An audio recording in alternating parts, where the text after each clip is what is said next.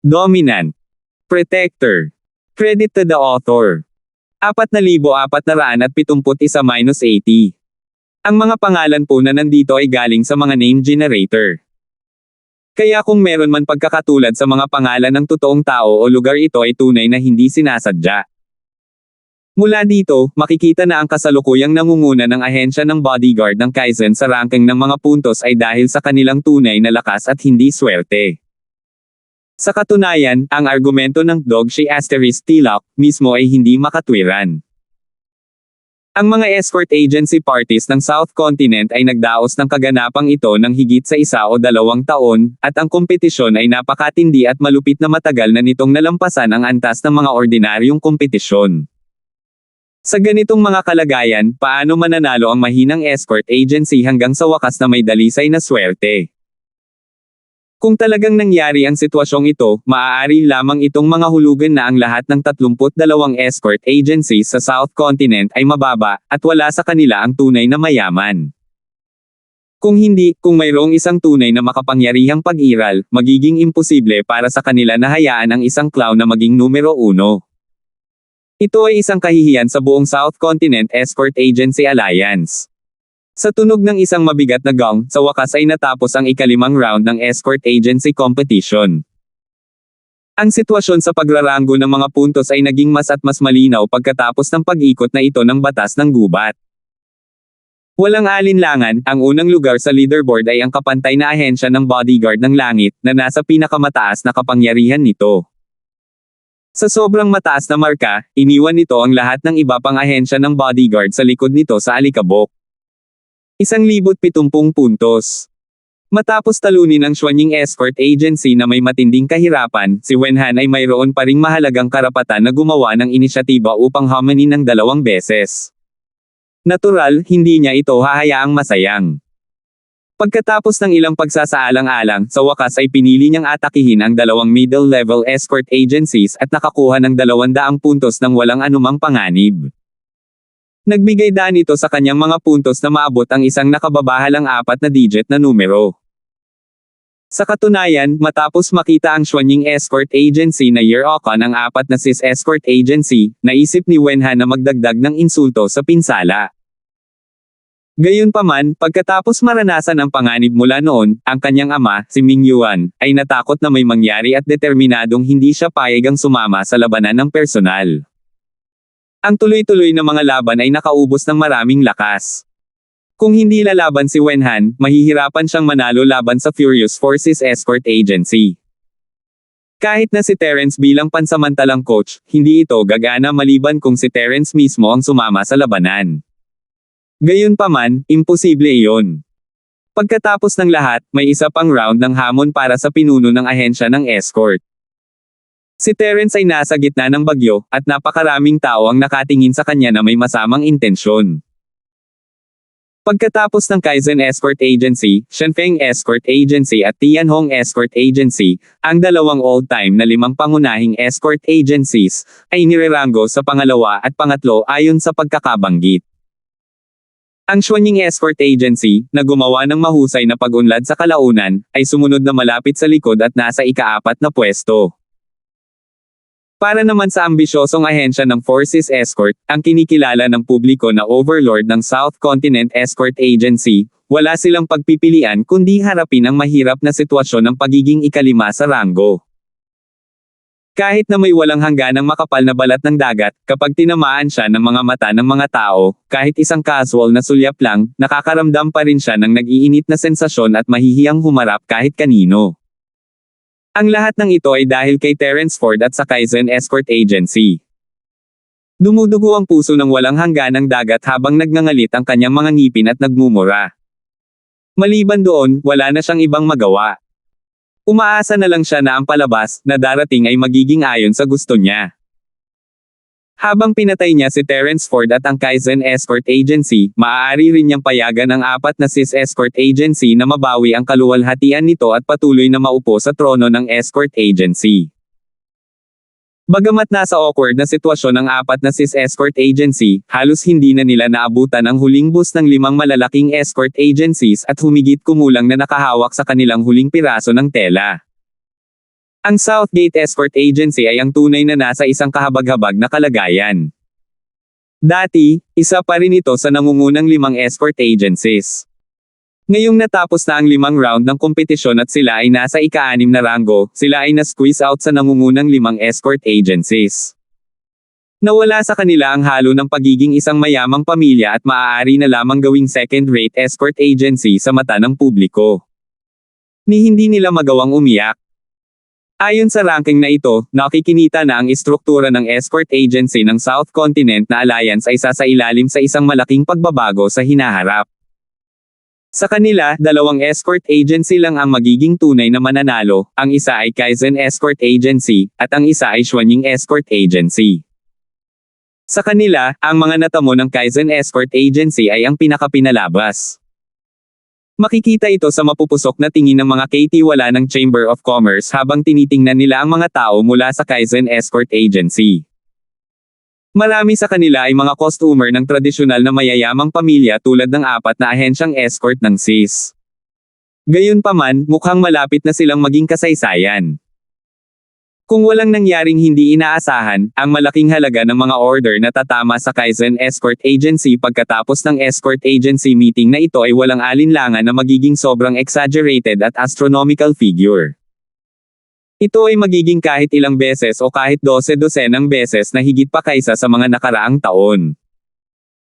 Ang mas maraming order ay nangangahulugan ng mas maraming espiritual na jade, at mas maraming espiritual na jade ang nangangahulugan ng mas maraming makapangyarihang mga escort na maaaring ma-recruit. Mabilis nitong madaragdagan ang kanilang lakas at, sa turn, makakakuha ng higit pang mga order. Ito ay isang snowball effect. Kapag nasa tamang landas na ito, walang makakapigil sa pagbangon ng ahensya ng escort ng Kaizen. Gayunpaman, bago iyon, ang Kaizen Escort Agency ay kailangang pagtagumpayan ang isang mahirap na balakid na siyang hamon ng susunod na pinuno ng escort agency. Katulad ng 5th round ng escort agency competition, ito rin ay isang arena battle kung saan bawat isa sa kanila ay naglagay ng tig-100 puntos bilang taya. Ang pagkakaiba lang ay isa itong one-on-one challenge na partikular para sa mga senior executive ng Golden Core Stage ng bawat escort agency at walang limitasyon sa bilang ng mga hamon. Ang ganitong uri ng kompetisyon ay hindi sumubok sa kabuoang lakas ng escort agency. Ito ay ganap na nakasalalay sa pagganap ng individual. Malaki ang naging bahagi ng swerte. Kung ang isang escort agency ay hindi pinalad at hinamon ng ibang mga eksperto, malaki ang posibilidad na sila ay bumagsak kaagad. Ang isang laban ay 100 puntos, at walang limitasyon sa bilang ng beses. Kahit gaano karaming puntos ang mayroon sila, hindi sila matatalo. Kahit na ang Kaizen Escort Agency ay may nakakatakot na 4 na digit na bilang ng mga puntos, mahirap sabihin kung ligtas silang makakalagpas sa susunod na round. Maaari silang mahulog mula sa mga ulap patungo sa kailaliman. Maaaring sila ay tulad ng araw sa kalangitan sa isang sandali, ngunit maging isang panandali ang bulaklak sa susunod na sandali. Hanggat ang alikabok ay hindi pa tumira, mayroon pa ring mga variable. Bagamat malinaw na nakalista sa leaderboard ang nangungunang 5 ahensya ng escort, ang pagkakaroon ng huling karagdagang segment ay nagbigay daan sa mga talunan, tulad ng Southgate Escort Agency na magkaroon ng pagkakataong makapasok sa nangungunang 5. Kung tungkol sa kung sino ang mairarango sa 5 pinakamalaking ahensya ng escort at kung sino ang huling tatawa, hindi pa rin alam ang lahat. Sige, kakatawanin ko na ngayon ang judging team para i-anunsyo ang mga patakaran para sa huling round ng challenge. Pinigil ng walang hangganang dagat ang puot sa kanyang puso. Tumayo siya at ibinalita sa lahat, simple lang ang rules. Ang unang maghahaman ay mapagpasyahan sa pamamagitan ng pagguhit ng palabunutan. Maaari niyang hamanin ang alinman sa Golden Core Stage Seniors mula sa alinman sa mga escort agencies. Ang nagwagi sa bawat laban ay maaaring pumili upang ipagpatuloy ang hamon. Siyempre, maaari rin niyang piliin na mag-forfeit. Matapos ma-forfeit ang nanalo, ang karapatang humamon ay ililipat sa natalo. Kung pipiliin din ng nanalo na mag-forfeit, mabubunot muli ang mga palabunutan. Ang mga tao ay pumasok sa isang mainit na talakayan. Kahit papaano, ang panuntunang ito ay maituturing na patas. Hindi bababa sa ang hamon ay hindi umabot sa punto ng pagiging ganap na walang pigil at walang ingat. 4,472. Kung ang pagguhit ng mga palabunutan ay magagarantiyahan ng patas at walang sino mang lihim na nakikialam dito, mukhang mas maaasahan. Lahat ay aasa sa kanilang sariling lakas at swerte, kaya't walang masasabi. Natigilan si Wenhan. Naisip niya na dahil ang hamon ay nakatutok sa kanyang bodyguard agency, ito ay magiging walang kahihiyan hanggat maaari. Hindi niya inaasahan na ang mga alituntunin ay magiging napakahusay at hindi mapag-aalinlanganan. Ang pinaka-nababahala ni Wenhan ay ang sarili niyang bodyguard na ahensya ay aatakehin ng isang target na magkasanib na pag-atake. Patuloy silang magpapalit-palit sa pagsusuot sa kanya. Sa kasong ito, kahit na ang isang walang kamatayang gawa sa bakal ay hindi makayanan ito. Gayunpaman, ayon sa walang hangganang mga panuntunan ng dagat, karaniwang inalis nito ang posibilidad ng tag team battle, maliban kung may tumalo sa kanya o Terence Ford at paulit-ulit na hinamon sila. Gayunpaman, sa ganitong paraan, ang kabilang partido ay patuloy na nakikipaglaban. Sila ay talagang nasa parehong panimulang linya. Kung sino ang naging panalo ay dapat umasa sa kanilang mga kamao. Brother Chi, mayroon din bang Ores Core Stage higher up ang ibang escort agencies? Si Terence ay hindi ganoon ka-optimistiko. Ito. Nabulunan si Wenhan. Ang kaunting saya at pinanibik na naramdaman niya mula sa pagkapanalo sa ikalimang round ng escort agency competition ay agad na nawala. Hindi ko alam ang mga detalye, ngunit hindi ito dapat magkano. Mukhang malamang na dumating ang walang hangganang dagat para dito sa simula pa lang. Tumingin si Terence sa walang hanggan na dagat na hindi masyadong malayo, at sabay kay Haunan at sa dalawa pa, nakakaibang nakatingin sa kanya. Hindi niya alam kung bakit, pero pakiramdam niya ay may koneksyon ang dalawang grupo ng mga tao na ito. Hindi dapat magkaroon ng anumang koneksyon sa pagitan ng dalawang grupo, ngunit ang intuition ni Terence ay palaging tama. Masasabi niyang may mali sa kinikilos ng mga taong ito. Pagkaraan ng ilang sandali, pinili ng judging team ang lahat ng Golden Core Stage senior executives mula sa listahan ng mga bodyguard na isinumite ng iba't ibang ahensya ng bodyguard at inihayag ito sa publiko. Gaya ng inaasahan nilang dalawa, sa 32 escort agencies, 12 lang sa kanila ang may mataas na antas na Ores Core Cultivator. Wala pa sa kalahati ng kabuuan. Kahit na ang lahat ng naruroon ay may ideya kung ano ang nangyayari, nagulat pa rin sila nang makita nila ang numero at nagsimulang pag-usapan ito. Sa 12, ang ahensya ng bodyguard ng Kaizen ang pinakakapansin-pansin. Ang young master na si Wenhan at ang honorary bodyguard leader na si Terence Ford ay parehong sikat. Gayunpaman, maliban sa Kaizen Escort Agency, ang iba pang 5 malalaking escort agencies, kabilang ang bagong sumisikat na Xuanying Escort Agency, ay wala sa listahan. Ang iba pang 11 escort agencies ay kadalasang midstream escort agencies. Hindi sila masyadong malakas o masyadong mahina, at isa sa kanila ang Longzhou Escort Agency. Ang sitwasyong ito ay hindi mahirap unawain. Ang makapangyarihang escort agencies na iyon ay maraming eksperto sa kanila. Anumang ordinaryong escort ay maaaring magkaroon ng lakas ng late Golden Core Stage o mas mataas. Ito ay lalo na para sa 4 na CIS Escort Agency at sa Xuanying Escort Agency. Mayroong higit sa 100 ng mga perpektong gininto ang eksperto sa yugto ng core. Bilang isang mataas na antas na opisyal, kung wala man lang siyang lakas ng nascent soul stage, paano niya makukumbansi ang publiko?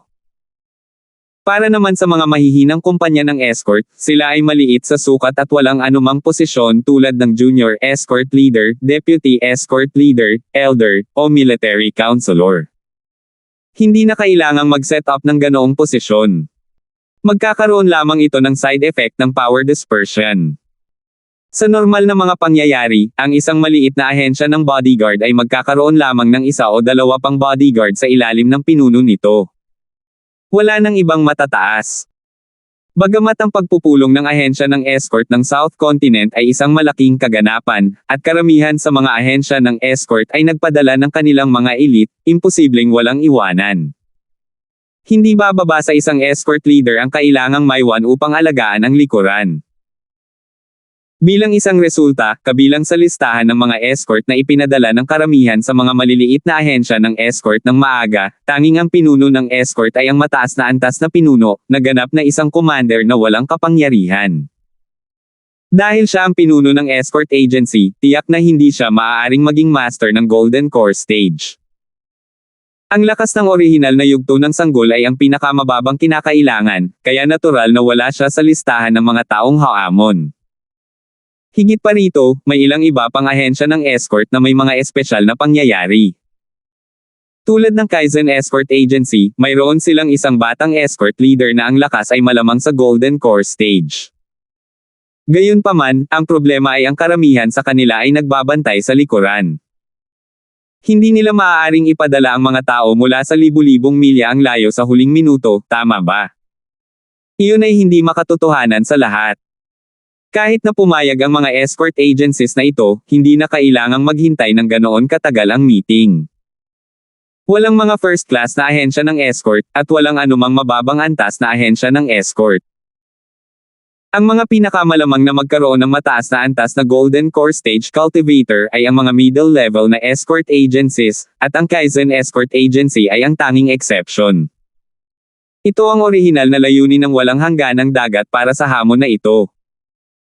Sa ganoong panuntunan, ang isang escort agency tulad ng 4 na CIS escort agency, na walang anumang mataas na antas ng Jindan Stage Cultivators, ay natural na hindi magagapi.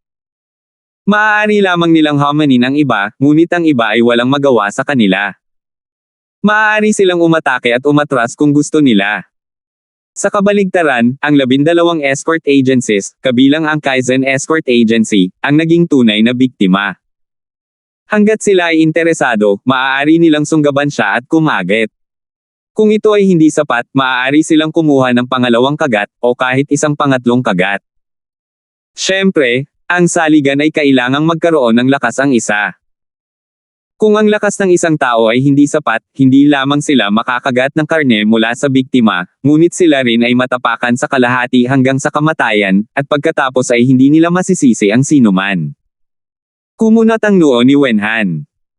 Kahit na ang kasalukuyang sitwasyon ay hindi kasing sama ng kanyang inaasahan, hindi ito mas mabuti.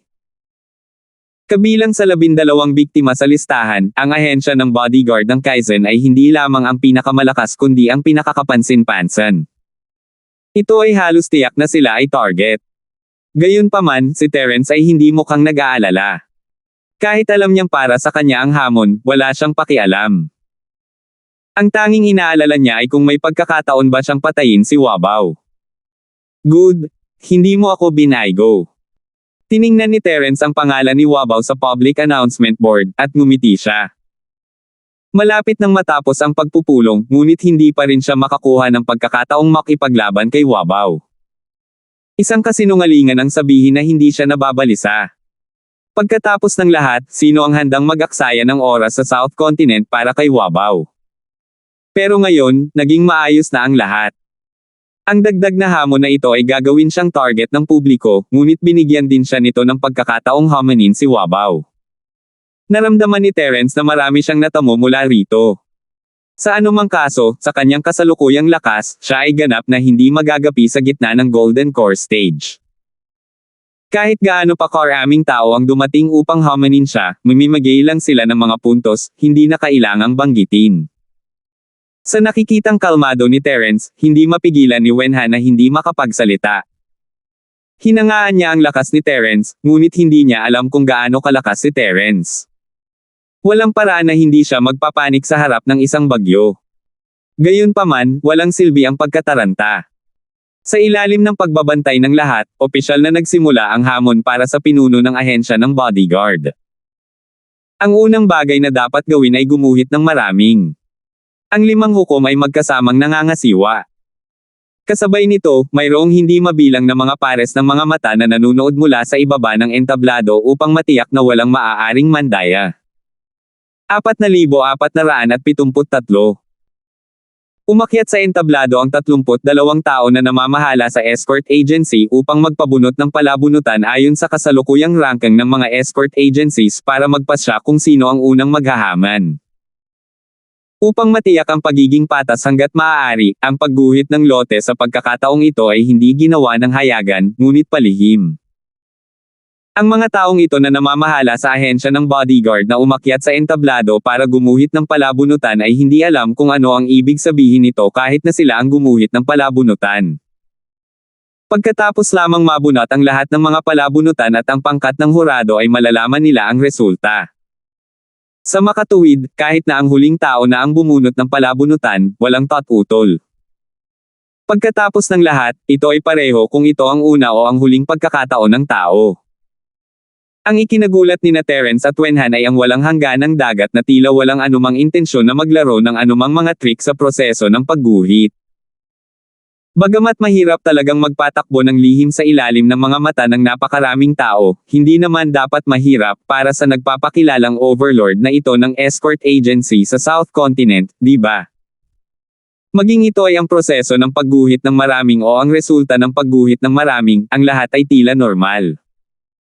Ito ay isang napakasimpleng pagguhit ng mga lote, at maaari itong ituring na patas. Sa huli, itinaas ng mga kinatawan ng 32 ahensyang panseguridad ang kanilang mga lote. Ang walang hangganang dagat ay kumakatawan sa mga hukom at inihayag ang mga resulta. Nakatuon ang mata ng lahat sa isang matandang naka-green. Ang pangalan ng taong ito ay Hartwell Fang, ang pinuno ng ahensya ng Blackwater Escort. Sa mga tuntunin ng karanasan, siya ay isang veterano sa escort agency ng South Continent na Alliance. Siya ay isang senior figure noong unang itinatag ang Alliance. Gayunpaman, kumpara sa kanyang malakas na kwalipikasyon, ang lakas ng Blackwater Escort ay talagang hindi hanggang sa pamantayan. Kahit na wala sila sa ibaba, mas mababa sila sa gitnang antas. Hindi pa sila nakapasok sa top 15. Wala silang kinalaman sa pagiging malakas. Walang inaasahan na ang karapatang mag-isyu ng unang hamon, na nakatawag ng maraming atensyon, ay mahuhulog sa ulo ng ahensya ng Blackwater Escort. Hindi nila alam kung ano ang pipiliin nitong escort chief na si Fang. Bagamat ang pagkakaroon ng karapatang humamon sa unang pagkakataon ay nangangahulugan ng pagkuha ng unang pagkakataon na kumain ng karne, sa mata ng karamihan ng mga tao, malamang na walang kakayahan ang Blackwater Escort na kumain ng karne. Ang paghamon sa iba ay maaaring nagbibigay lamang ng mga puntos ng walang bayad at kahit na inilalagay ang kanyang sarili sa panganib. Ang pinakaligtas na pagpipilian ay ang hindi hamanin ang sinuman. Anyway, ang kanilang escort agency ay walang anumang high-level Golden Core Stage cultivators. Makakapagpahinga na sila. Ngayon sila ay nasa 18 na ranggo. Ang resultang ito ay hindi masama para sa Blackwater Escort Agency. Hanggat pinananatili nila ang kanilang posisyon, ito ay isang tagumpay. Sa kabilang banda, kung hindi mapigilan ng Blackwater Escort ang kanilang ambisyon at piniling hamanin ang iba, malamang na sila ay tuluyang maalis.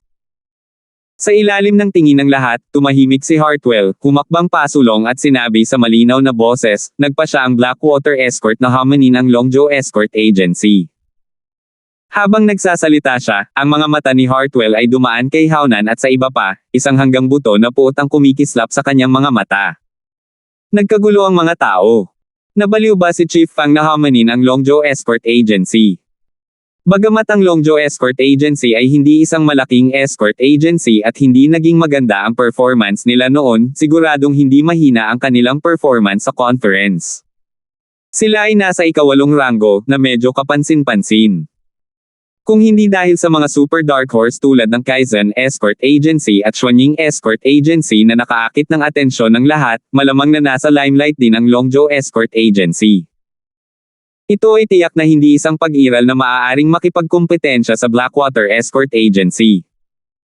Hehe, hindi ko inaasahan na hindi lang medyo matanda na itong matandang escort leader na si Fang, pero medyo mainitin din ang ulo. Sinasamantala niya ang pagkakataong ito para maghiganti. May tumawa sa crowd. Iyan ay hindi kakaiba. Walang sino man ang makakayanan ng paghiga na ito. Sa unang round ng escort battle, lahat ng 5 elite escort nila ay pinatay ng Longzhou Escort Agency. Ito ay isang matinding dagok sa Blackwater Escort Agency. Paliwanag ng isang insider. The competition has always been so cruel, there's nothing to be surprised about. Dahil hindi mo kayang matalo, then you might as well not come. May ngumisi. Tama. Sa lakas ng Blackwater Escort, kung sila ang magkusa na lumapit sa Dragon Boat Escort, matatapakan na naman sila. Bobo ba ang matandang ito? May ngumisi at nag-echo. Sok, sok.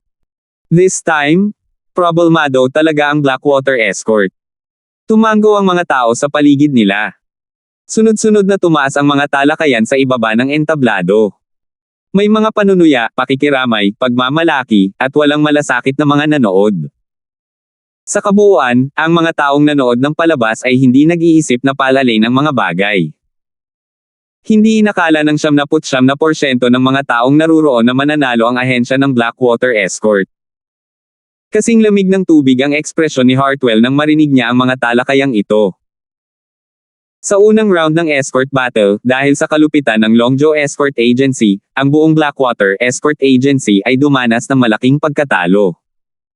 Nawalan sila ng higit sa kalahati ng kanilang mga eksperto. Sila ay ganap na hindi magkasundo. Paano kaya nila ito nakahiga? Sa pagkakataong ito, napagdesisyonan niyang ilabas lahat. Hindi mahalaga kung gaano karaming puntos ang mayroon siya. Pambihirang pagkakataon niyon, at ang tanging gusto niya ngayon ay ang paghihiganti. Si Hartwell ay medyo impulsive, ngunit siya ay isang veterano ng South Continent at hindi tanga.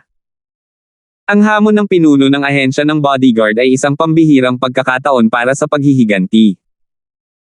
Kung ang 5-on-5 na kompetisyon ay isang pagsubok sa kabuoang lakas ng escort agency, natural na hindi makakapantay ang Blackwater Escort Agency para sa Longzhou Escort Agency. Gayunpaman, ito ay isang one-on-one na labanan ngayon, kaya ito ay ibang kwento. Hinatak ni Hartwell ang huling elite escort ng Blackwater Escort Agency, si Aiden, isang eksperto sa ganap na antas ng Gold Core Realm. Tuwang-tuwa at kinakabahan siyang binigyan siya ng mga tagubilin ng mahabang panahon bago siya tuluyang nakitang bumaba sa entablado. Kung kaya niyang hugasan ang kanyang dating kahihiyan o hindi, ang tagumpay o kabiguan ay nakasalalay sa hakbang na ito. Pagtingin sa challenger mula sa Blackwater Escort Agency sa entablado, nagkatinginan sina Haunan, Kobe at Wabaw at biglang tumawa ng may pangungutya. Mula sa simula hanggang sa huli, hindi nila inilagay ang itim na tubig na escort sa kanilang mga mata. Pumatay sila ayon sa gusto nila. Ito ay tulad nito sa unang round, at ito ay magiging walang exception ngayon. Nag-aalala pa rin silang tatlo kung paano makukuha ang karapatang humamon. Hindi nila inaasahan na ang Blackwater Escort ay magbibigay sa kanila ng pagkakataon sa isang kisap mata. Talagang tinutulungan sila ng langit. Kayong dalawa, sino sa tingin mo ang dapat nating ipadala? Tanong agad ni Kobe. Isa siyang master na Ascent Soul Stage, kaya natural na wala siya sa listahan ng mga challenger.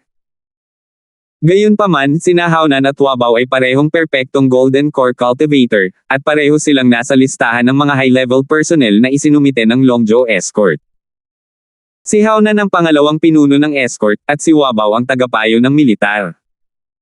Siyempre, kahit na ang challenger na ipinadala ng Blackwater Escort Agency ay isang eksperto sa Great Circle ng Golden Core Stage, hindi siya sineseryoso ng tatlo sa kanila. Haunan man o Wabaw, para itong pumatay ng manok gamit ang patalim ng butcher at gumawa ng bundok mula sa molehill. Ang sinumang piling escort mula sa Longzhou Escort Agency ay sapat na upang malutas ang problema, ngunit hindi ito pinapayagan ng mga patakaran. Bagaman ang ganitong uri ng basura ay hindi dapat banggitin, kailangan nating manalo sa karapatang hominin sa pagkakataong ito. Hindi natin kayang matalo. Ikaw man o ako, hindi natin maaaring maliitin ang ating kalaban. Nagkatinginan sina Wabaw at Haunan at sinabing 4,474. Tama si Councilor Fang. So, sino sa inyong dalawa ang aakyat? Kobe tumingin sa kanilang dalawa at sinabi, I'll do it then. Pambihira at unpredictable ang martial arts skills ni Councilor Fang. Mahirap para sa kanya na itago ang kanyang lakas. Baka takutin niya si Terence Ford kapag naka-move on na siya mamaya. Kung tumanggi siyang tanggapin ang challenge kapag hinahamon natin ang Kaizen Bodyguard Agency, mas magiging mahirap ito. Che conserve Fang you later. You should conserve Fang, you Ford. Mungkahi ni Haunan. Sige, gawin natin ito. Tumangaw si Wabaw, sabay gulat na tumingin kay Haonan. Naisip niya na dahil gustong ipaghiganti ng lalaking ito si Cheng Kaizen, personal niyang haharapin si Terence Ford. Kung tutusin, sa pamamagitan lamang ng pagpatay sa kalaban gamit ang sariling mga kamay ay makaramdam ng matinding kasiyahan, ngunit hindi niya inaasahan na ang pagkakataon ay itutulak sa kanyang sarili, na talagang nakakagulat. Hindi niya alam na ito pala ang tunay na katangian ng pagiging tuso ni Haonan. Gusto nga niyang patayin si Terence Ford, ngunit ayaw niyang gawin ito sa kanyang sarili. Pagkatapos ng lahat, naroon ang katayuan at mga koneksyon ni Terence Ford. Bahala man ang tadhana sa arena, ayaw madamay ni Haonan sa mga ganitong sama ng loob. Kaya, ito ang pinakaligtas na patayin si Terence Ford gamit ang kutsilyo ni Wabaw. Hindi man lang inisip ni Wabaw ang munting pag-iisip na ito, at hindi man lang niya ito inisip. Hindi tulad ni Haonan, na puno ng mga pukana, siya ay isang purong masamang magsasaka. Papatayin niya ang sinumang makaharap niya nang hindi isinasaalang-alang ang kahihinatnan. Sa karamihan, magpapalit na lang siya ng pwesto at patuloy na magtatago tulad ng dati. Nang matapos silang tatlo sa kanilang talakayan, agad na kinatawan ni Haonan ang Longzhou Escort Agency at dahan-daang umakyat sa ring para tanggapin ang hamon. Hinahayaan niya talaga ang lalaking ito na lumaban. Hindi ka ba nag-overestimate sa Blackwater Escort? Natigilan si Wenhan nang makita niya ito. Ang ahensya ng bodyguard ng Kaizen at ang mercenaryong grupo ng makamandag na mata ay matandang magkaaway. Kahit na hindi niya personal na nakipag-away kay Haonan, at least alam niya ang magaspang na lakas ng lalaking ito. Sa ibabaw, siya ay isang perpektong gininto angkor, ngunit sa katotohanan, malamang na hindi siya mas mahina kaysa sa kanyang ama. Hinahayaan ng isang tulad ni Haonan na makipag-usap sa isang dalubhasa lamang sa entablado ng Jindan, hindi ba iyon ang pananakot? Nagulat din si Terence, ngunit wala siyang sinabi. Nakatuon siya sa pagmamasid sa bawat kilos ni Haonan. Dahil kay Cheng Kaizen, ang taong ito ay tiyak na magiging kaaway niya. Gayunpaman, ang taong ito ay hindi kailanman lumaban, kaya hindi siya nagkaroon ng pagkakataong makita ang kanyang lakas. Ito ay isang pagkakataon. Wenhan man o Terence, pareho nilang inisip na madali itong labanan. Kung tutuusin, si Haonan ang boss ng mercenaryong grupo ng Poison Eye. Kung wala man lang siyang ganitong lakas, malaking bagay na iyon. Gayunpaman, ang laban na ito ay tumagal ng buong 5 minuto. Sa huli, ang challenger mula sa Blackwater Escort Agency ay pinaalis ni Haonan sa ring ng isang galaw na nagtapos sa labanan. Lahat mula sa Blackwater Escort Agency, lalo na ang kanilang pinuno ng escort, si Hartwell, ay namula sa nakita. Hindi na nila kinailangan pang lumapit para masilip ng malapitan para malaman na walang dod ang patay na ang kanilang escort na pinaalis sa stage. Ang kanyang dibdib ay tinusok sa pamamagitan ng sipa, nag-iwan lamang ng isang malaking dagwang butas na dumaloy sa kanyang puso. Naging itim ang paningin ni Hartwell at nawalan siya ng malay. Ang mga tao sa paligid niya ay nagkakagulo at ang buong itim na escort ng tubig ay nagkagulo. Hindi lamang sila nawalan ng 100 puntos, ngunit ang escort sa field ay ang huling elite ng kanilang Blackwater Escort Agency. Ang lahat ng kanilang mga elite ay namatay sa kamay ng Longzhou Escort Agency. Paano sila mabubuhay? Mayabang na tiningnan ni Haonan ang eksena mula sa ring at maingat na ngumiti. Gayunpaman, para manatiling mababang profile, hindi siya gumawa ng anumang malaking usapan. Kung hindi, ang lahat ng kanyang mga nakaraang pagsisikap ay magiging walang kabuluhan.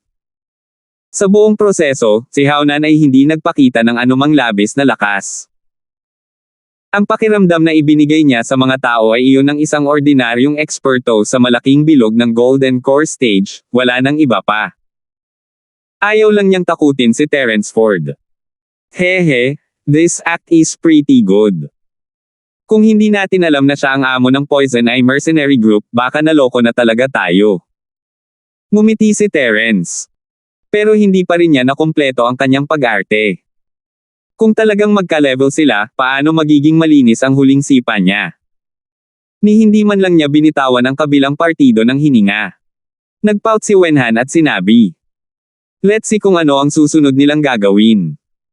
I think it's time for me to go on stage. Napangiti si Terence. Ha! Saglit na natigilan si Wenhan bago siya nag-react. Mabilis niyang sinabi, Brother Ford, hindi maliit na bagay si Hao-nan. Kung gusto talaga nilang hamanin siya, pupunta ako. Ikaw ang kapareha niya. Tanong ni Terence. Nabulunan si Wenhan. Nais niyang maging mas matigas ang ulo, ngunit sa huli, masasabi lang niya ng tapat, no, although hindi ko siya direktang inaway, I know my own limits. Mas nararapat para sa aking ama na harapin siya ng personal. Tapos ayun na. Ngumiti si Terence at tinapik ang balikat niya. Kung pupuntahan nila ako, Kuya Wenhan, wala kang magagawa. Sa halip, mamamatay ka na lang sa walang kabuluhan. Huwag kang mag-alala, wala akong lakas ng loob na magsalita, pero may tiwala ako dito. Pero, may gustong sabihin si Wenhan, ngunit dahil sa matigas na ekspresyon ni Terence, napagtanto niya na hindi na niya mababago ang kanyang isip. Sige. Kuya Ford, mag-ingat ka. Kapag nakita mong hindi maganda ang sitwasyon, tumalon ka na mula sa entablado. Magre-resulta lamang ito sa pagbabawas ng ilang puntos. Narating ng ahensya ng bodyguard ang kinalalagyan nito ngayon, kapatid na lahat ay nasisiyahan na kami sa lahat, Ford. Ang pinakamahalaga. Alam ko, tumango si Terence. Sa kabilang panig, dahil sa tagumpay ni Hao-nan, ang karapatang humamon ay nahulog sa ulo ng Longzhou Escort. Hindi nagatubili ang mahabang kuiba. Tumayo siya at inihayag, kami, ang Longzhou Escort Agency, hinahamon ang Kaizen Escort Agency. Nagkagulo ang mga tao. Ang orihinal na maligamgam na kapaligiran ay biglang naging masigla. Nagsimula na sa wakas ang palabas. Ang Longzhou Escort Agency ay nasa ikawalong ranggo. Pagkatapos nilang manalo ng 100 puntos mula sa Blackwater Escort Agency. Ang kanilang ranggo ay tumaas ng 2 pwesto, na nalampasan ang Southgate Escort Agency sa ika-6 na pwesto. Kung nanalo ulit sila ng puntos mula sa Kaizen Escort Agency, direkta silang papasok sa top 5. Paggawa ng kasaysayan bilang isa sa nangungunang 5 ahensya ng escort. I already guessed na magiging ganito. Ngumiti si Terence at tumingin kay Wenhan bago umakyat sa stage. Kailangan niyang manalo sa round na ito kahit sino pa ang kanyang kalaban. Ang dahilan ay pareho sa Longzhou Escort. Si Hao-nan at ang dalawa pa ay tuwang-tuwa nang makita si Terence sa entablado. Nag-iisip pa rin sila tungkol sa pagpatay kay Wenhan, ngunit si Terence ay umakyat sa entablado sa kanyang sariling kagustuhan. Anong tanga? Military Counselor, ipapaubaya ko sa iyo ang batang ito. Si Hao-nan ay may masamang ngiti sa kanyang mukha. Sa kanyang mga mata, si Terence ay isa ng patay. 4,475. Military Counselor, huwag kang magmadaling patayin siya sa round na ito. Hayaan mo siyang magkaroon pa ng ilang hamon. Napakaraming puntos ng Kaizen Bodyguard Agency. Maaari nating agawin silang lahat ng isa-isa. Mabilis na nagbabala ang mahabang kuiba. Ang Kaizen Escort Agency ay mayroong 1,070 puntos. Hanggat hinahamon niya sila ng 11 beses na sunod-sunod, magagawa niyang ilipat sa kanyang sarili ang lahat ng mga nakakatawang puntong ito.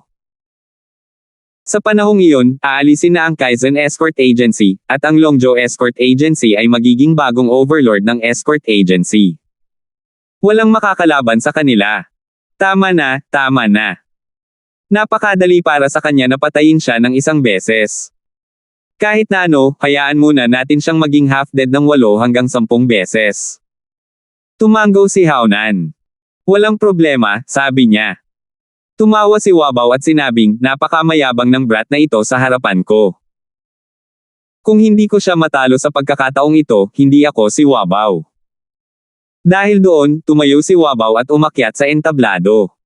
Mayroon siyang kakaibang masamang aura sa paligid niya, at tumayo siya sa harap ni Terence, hindi masyadong malayo sa kanya.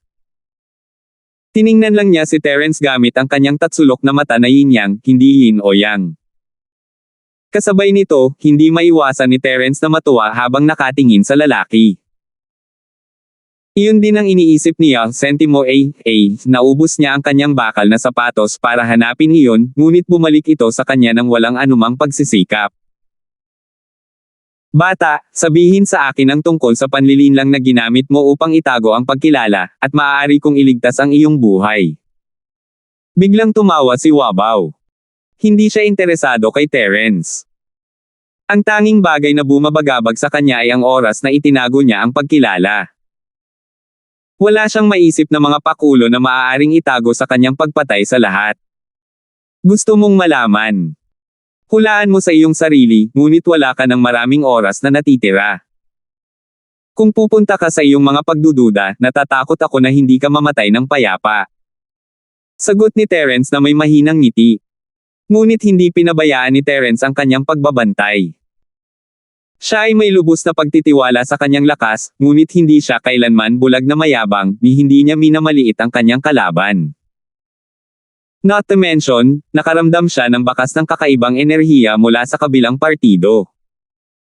Ang mangkukulam na ito, si Wabaw, ay malamang na hindi kasing simple ng kanyang naisip.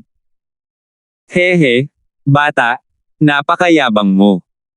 Tumawa ng walang konsensya si Wabaw at itinuro si Terence, pero ayos lang. Walang makakapidyo sa akin kung may gusto akong gawin. Ayos lang kung ayaw mong sabihin sa akin ang tungkol sa maliit na pakulo ng pagtatago ng darts ngayon. Mamaya, ikaw ang magkukusa para sabihin sa akin. Konting effort lang. Ay, maghihintay ako kung ganoon. Kalmado ang mukha ni Terence. Isa na siyang patay na tao sa mga mata ni Wabaw, ngunit si Wabaw ba ay isang buhay na tao sa kanyang paningin. Sa mga tuntunin ng lakas, ang magkabilang panig ay makapangyarihang pag-iral na maaaring pumatay sa mga masters ng nascent soul stage. Nakasuot lang sila ng balabal ng Jedan stage.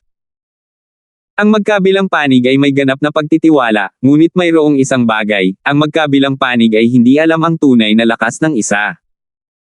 Sa bagay, hindi naman sila direktang nag-away, at ang konting pagkakaintindi nila noon ay sabi-sabi lang.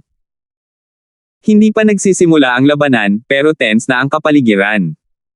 Ang mga mata ng lahat ay nasa larangan ng digmaan. May mga taong may magandang paningin sa kanila. Hindi banggitin si Terence, na nasa limelight, kahit si Wabaw, na may kakaibang aura, ay hindi isang ordinaryong tao sa kanilang paningin. Ang labanang ito ay natural na naging focus ng atensyon. Ang lahat ay lihim na nag-iisip sa kanilang mga puso na dahil ang dalawang tao sa entablado ay may napakalakas na aura, ang kanilang tunay na lakas ay natural na hindi maliit na bagay. Matapos magbigay ng utos ang hukom, isang stick ng insenso ang sinindihan sa gilid ng korte gaya ng dati.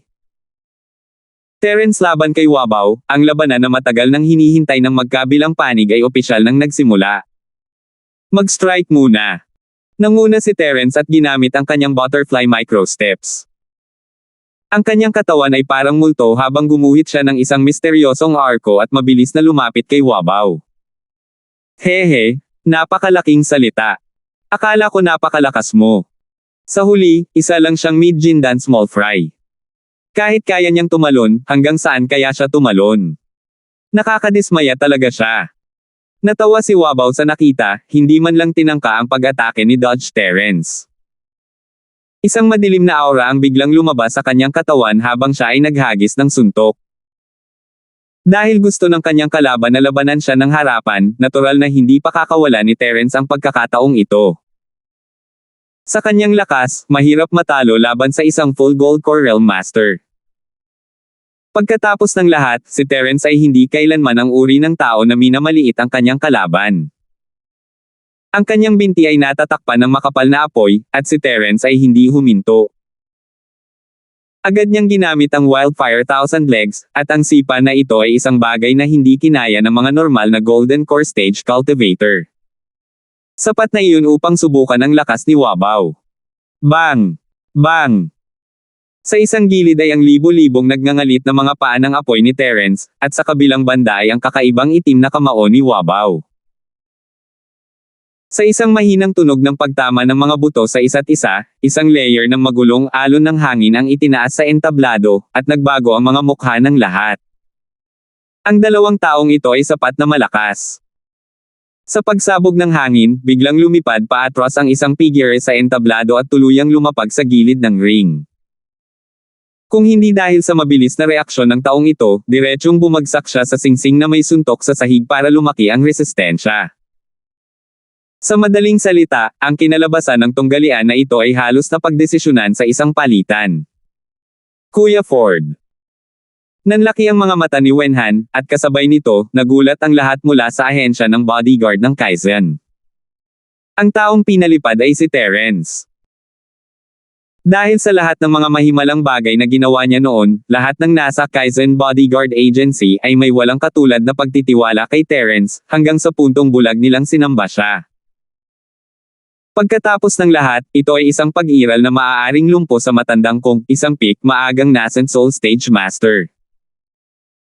Maging si Wenhan, isang figure na may pamagat na Invincible Jindan, ay bumantong hininga sa kababaan. Ngayon, kaharap ang isang master ng perpektong yugto ng Jindan, paano siya matatalo? Gayunpaman, ang gayong hindi magagapi na figure ay talagang pinalipad ng masamang wabaw. Hindi naniwala si Wenhan. Hindi naniwala si Ming Yuan. Hindi naniwala si Butler Song. Walang sino man sa ahensya ng bodyguard ng Kaizen ang naniwala dito. Gayunpaman, ang katotohanan ay nasa harap nila. Kinailangan nilang paniwalaan ito. Si Terence ay tila hindi katugma ni Wabaw. Si Wenhan ay labis na nag-aalala na hindi niya kayang mawala ang mga puntos, ngunit hindi niya maaaring hayaang may mangyari kay Terence.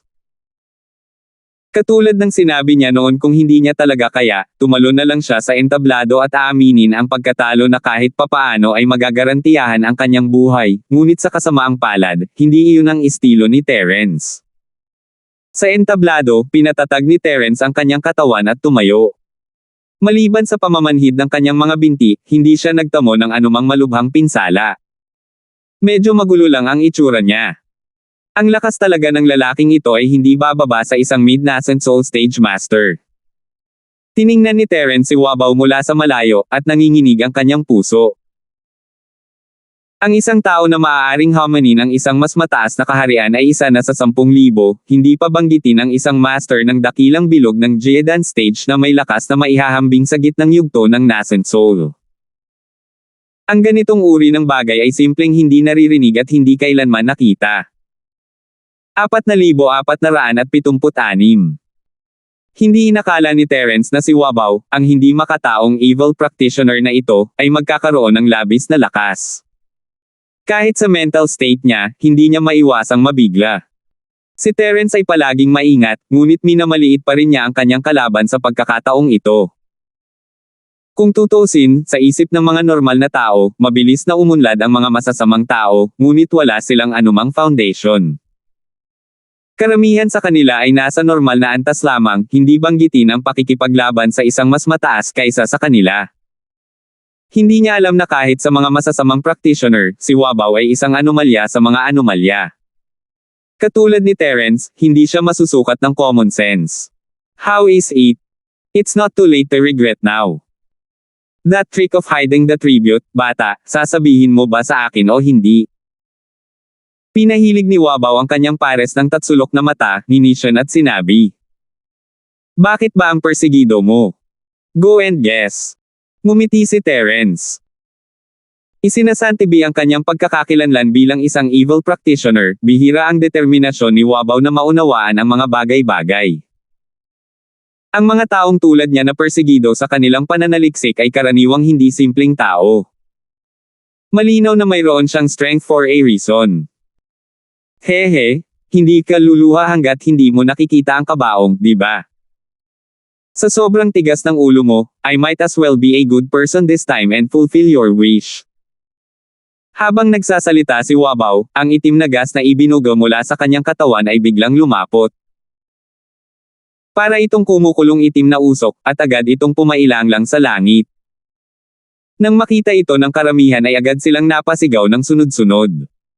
Nagkatinginan sila at nagsimulang mag-usap. Walang kakulangan sa mga taong may karanasan at may kaalaman sa karamihan.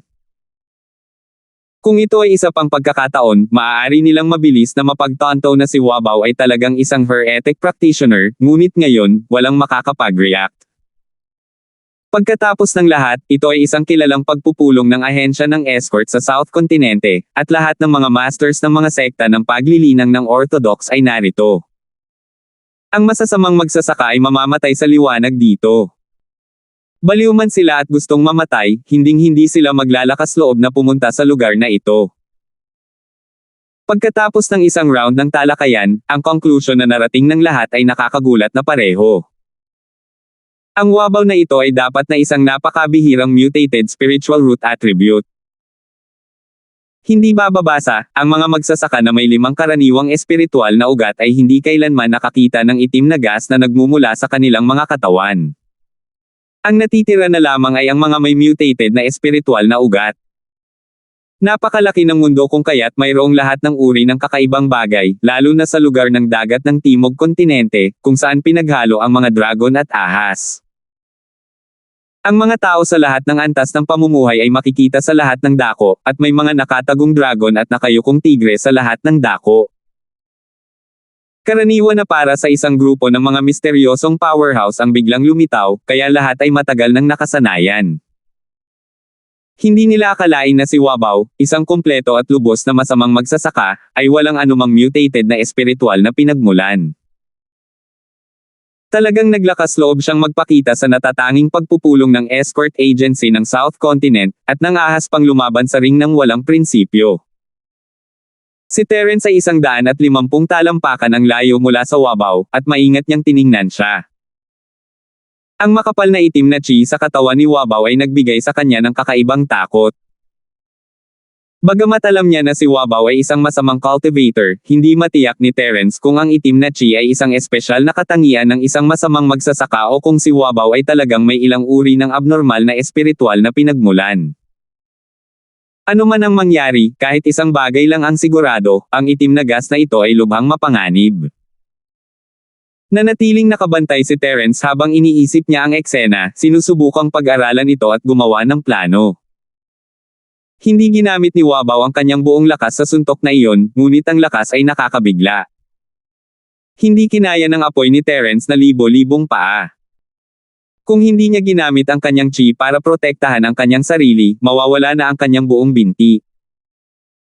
Nakatingin sa malamig na ngiti sa mukha ni Wabaw, biglang nakaramdam ng panganib si Terence. Marami na siyang napagdaanan na panganib mula nang makapasok siya sa Golden Core Stage, lalo na noong nakalaban niya ang mga nascent Soul Masters, pero sa totoo lang, wala talaga siyang nararamdamang panganib. Sa kabaligtaran, walang kamalay-malay, siya ay may posibilidad na palakihin ang kanyang sarili. Pagkatapos ng lahat, siya ang pinakamalakas na Jeodan Stage Master na nagkaroon ng perpektong tagumpay. Lalo na kapag kaharap ang nascent Soul Stage Masters, halos hindi siya natalo, ngunit sa halip ay paulit-ulit na nakakuha ng mataas na kamay. Matagal nang nangyayari ang sitwasyong ito, ngunit ang sinumang individual ay magiging mayabang. Kung sila ay mas mayabang, baka isipin pa nila na sila ay walang talo sa mundo. Siyempre, hindi ganoon katanga si Terence, ngunit sobra rin ang tiwala niya. Kung hindi niya akalain na matatalo niya si Wabaw bago ang laban. Ngunit sa kabutihang palad, hindi pa huli para mapagtanto na ang pagsasanay ay sinasanay ang puso, at kung patuloy na magsasanay si Terence ng hindi namamalayan, maaari itong maging isang demonyo sa puso kapag naabot niya ang nascent soul stage o mas mataas pa. Mahirap para sa kanya na gumawa ng anumang pag-unlad, at magiging isang tunay na problema kung siya ay nabaliw. Kaya kailangan talagang pasalamatan ni Terence itong si Wabaw, sa pagpapalam sa kanya na makitang muli ang kanyang sarili. Napakatigas ng bibig mo, pero bakit hindi ka naglakas loob na kumilos? Natatakot ka bang mabugbog? Naghahanda ka bang magtago na parang pagong? Nakita ni Wabaw ang ekspresyon ni Terence at ngumisi, dahil hindi ka maglakas loob na lumaban, ako ang magkukusa na ipadala ka sa iyong daan. Marahas na buhangin na libong paputok na kamao. Sa sandaling bumagsak ang kanyang boses, ang itim na gas sa katawan ni Wabaw ay naging mas marahas, kumalat at halos sumasakop sa kalahati ng singsing. Sa parehong oras, kung saan dumaan ang itim na gas, ang dilaw na buhangin sa singsing at ang nakapalibot na lupa ay nasuspine sa hangin, na sinamahan ng isang matalim na tunog ng pagsipol, at sinipsip sa itim na gas, na bumubuo ng isang napakalaking buhangin. Dahil sa sobrang bilis, sunod-sunod ang tunog ng air braking na talagang nakakatakot. Bumilis ang tibok ng puso ni Terence. Ang suntok na iyon ay isang maliit na pagpapakita lamang ng tunay na lakas ni Wabaw. Bagamat hindi pa niya nararanasan ang kapangyarihan ng galaw na ito, masasabi niya mula sa kakaibang porma sayo na hindi ito maliit na bagay. Sa itim na gas at buhangin, ang anyo ni Wabaw ay bahagyang nakikita. Tanging ang kanyang pares ng tatsulok na mata na yin-yang ang nananatiling malinaw, na may bahid ng hindi maipaliwanag na takot. Para bang may Diyos na bumaba kaya hindi naglakas loob na tumingin sa kanya ng diretsyo. Malamig na tumawa si Wabaw habang sinuntok niya si Terence. Sa isang iglap, lumipad ang itim na gas at buhangin patungo kay Terence.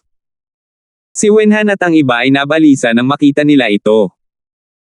Kung ito ay isa pang bukas na espasyo, kahit na hindi sila makalaban, mayroon silang pagkakataong makatakas.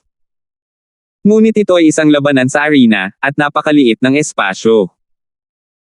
Ang itim na usok at buhangin ay napakalaki, at si Terence ay hindi man lang nagkaroon ng pagkakataong makagalaw.